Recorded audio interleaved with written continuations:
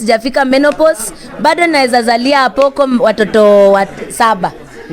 Ringtone ajue tu bado naweza mzalia watoto 7. Mimi naweza toboa kabisa watoto 7 nileni waone ni hawa.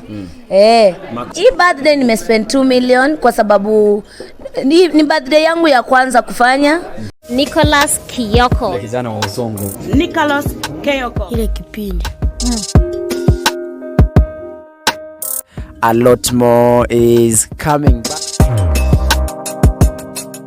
Hello na karibu sana to my YouTube channel. Manze kama huja subscribe, please consider subscribing because a lot more is coming. Manze, I'm so thankful guys. Sai tuko 142k subscribers, and guys remember, if you're looking for a brand to advertise with, namba yangu ina run hapo chini. Just call me ama on WhatsApp ama unitumie email, then tutafanya biashara. Happy birthday Justina. Thank you so much.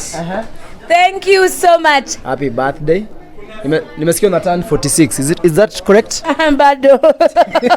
Sijafika huko. Una turn ngapi? 46. Unajua ni mtu ambaye ako menopause wewe. Menopause ni nini? Menopause. Menopause ile ya mwisho wa kuzaa. Una sweat.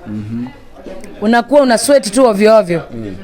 Uko salama lakini unaniona nilikuja hapa show saa 10.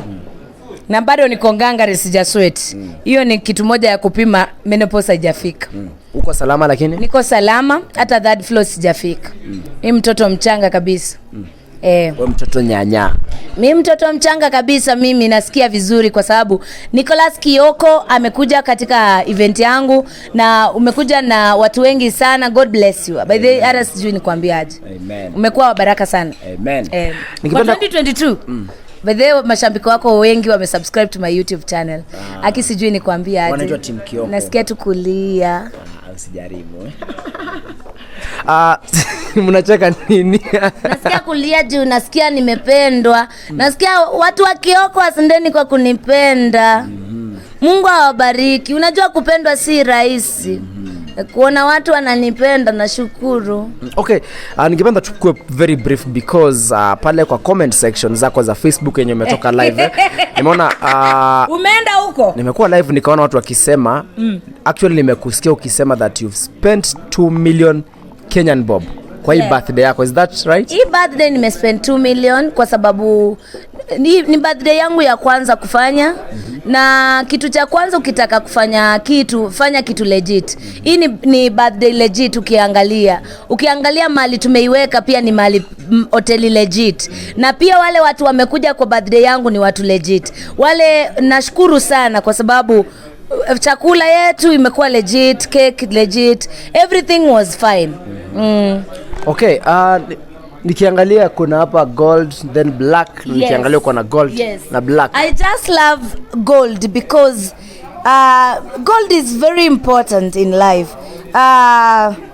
Mimi kwangu napenda dhahabu sana. Watu wanasema Justina anapenda pesa sana, lakini napenda dhahabu juu ina udhamani mkubwa kuliko pesa. Lakini pale kwa mtandao kumekuwa na critics mengi sana, watu wakisema critics ni nini? Zinaitwaje commentator kwa Kizungu, kwa Kiswahili? Critics. Manunguniko. Kuna zile zinaitwa nini? Watu wanasema Justina hujaokoka kwa sababu ya vile una behave, vile una dance kidogo pale. Watu wanasema hujaokoka lakini unajaribu kujificha kwa Mungu.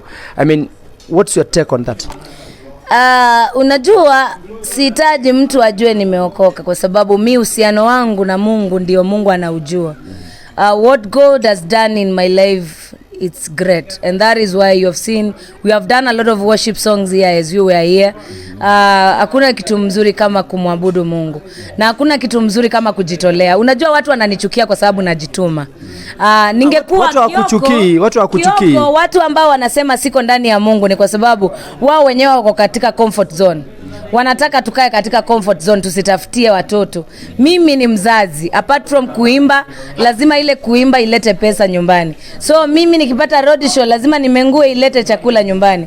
Yani ni dance. Nikipata mahali naenda kufanya kazi, mimi hufanya kazi kabisa. So mimi wokovu wangu mwenye ana uwei, mwenye anaangalia, unajua kitu moja, people are so judgmental. kuna msanii mmoja akaimba akasema, wajifanya jicho pevu kumulika ya wezako, umeuficha uovu wako usionekane, jicho la Mungu limemulika mahali popote, hata ufiche maovu yako Mungu atayajua. So I know kuna watu ambao wananiangalia mimi, wananijudge mimi, but wao wenyewe hawaangalii mboridi ambao liko kwa jicho yao, hawaangalii mambo ambayo wanayafanya, hawajui chuki pia ni dhambi. Kuchukia ni dhambi, kusengenya ni dhambi, wale wana comment vibaya, hiyo ni dhambi. Una understand? So tunapaswa kupendana, na kama Mkristo unapaswa kuonyesha upendo wale wengine. So mi na believe ya kwamba I show love, I love everyone. Matendo yangu yameokoka, ule mwenye anayaona hayajaokoka ni kwa sababu hatuko katika energy moja. Mi energy yangu iko tofauti na yao. Okay. So pale kwa mtandao kwa Instagram yako jana, tuanze Facebook kwanza, ulipost Ringtone pale na picha yake pale ukasema sijui caption, siwezi kumbuka hiyo caption. Fotomoto. Yes, fotomoto. Na ikakuwa na traffic kubwa sana pale. Ringtone aendangi photoshoot. I realized that. So hiyo poto tu ndio moto peke yake. So zile zingine zote zimenyamaza. So poto zote za Apoko zote zimenyamaza. Hiyo ndio tu fotomoto inaleta ndoto moto peke yake. Ndoto yeah. Are you still crushing on him? Apoko ni mzuri na mimi nampenda sana. Kumpenda kwangu simpendi kimapenzi, nampenda kwa vile anatia bidii kwa maisha. Na Apoko, acha nikwambie mahali ulipo, wahitaji kuja tufanye kazi ya Mungu, tufanye hata wimbo, na not only collabo, pia tufanye kazi ya Mungu pamoja. Okay, niliona pia ulikuwa umesema ulikuwa specific na ukasema kuna ile Mercedes Benz yanafaa kukununulia. Mimi nataka tu new model kwa sababu kuna kitu moja unahitaji kujua. Me, I love the best in life. I don't love soft life. People say I'm a queen of soft life, but me mi napenda tu kitu ile mzuri. Kama unaniletea gari, uniletee gari legit. Usiniletee gari ambao imechoka, gari ambao itazima betri. Mimi ni mwanamke, kuinama na unajua mimi nimenona. Kuinama si vizuri. Okay, ningependa utumie Ringtone. Unajua kuinama inakuja kwa sababu unainama sana kwa barabara, gari kiharibika unainama hapo. Hebu imagine mimi nikiinama. Watu watasema tena nimeinama kwa barabara. Utaona tena ikitrend. Lakini nimeona ume heartbreak kijana wetu ama yao ama Mitumba man. Mbona ukafanya hivyo on camera? Mitumba man sijamu heartbreak, atoshi mboga. Mitumba man ana pesa, ako na mask peke yake. Sasa tutaenda wapi? Tutapelekana wapi? Lakini si pesa inatafutwa. Pesa ni ya kutafutwa, lakini mimi nahitaji mwanaume ambaye ako juu yangu, si mwanaume mwenye naenda kumuinua. Na mimi Mtumba nampenda kwa sababu ako na character ambao ni legit.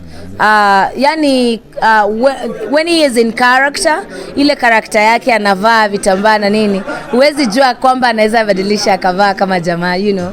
I didn't know he is a jamaa, by the way. Okay. I thought ni mwanamke maybe. Really? That's new to me. Today nimeona ni mwanaume mwenye ako legit vibaya sana, ako poa. Umebambwa na yeye?